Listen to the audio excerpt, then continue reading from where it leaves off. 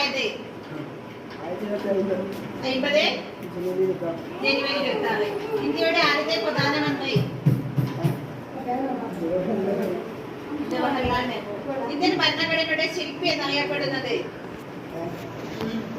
Indian ഭരണഘടനയുടെ ശില്പി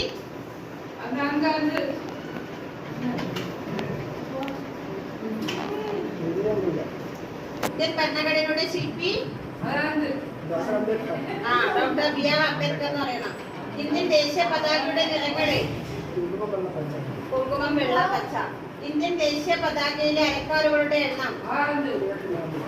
Indian ദേശീയ ഗാനത്തിൽ എത്ര വരികളുണ്ട്? ഇന്ത്യയുടെ രാഷ്ട്രപിതാവ്? ഇന്ത്യയുടെ ദേശീയ ചിഹ്നം? ഇന്ത്യയുടെ ദേശീയ ഗാനം ആലപിക്കാൻ എടുത്ത സമയം? സെക്കൻഡ്. ഇന്ത്യൻ ദേശീയ പതാകയുടെ ശില്പി?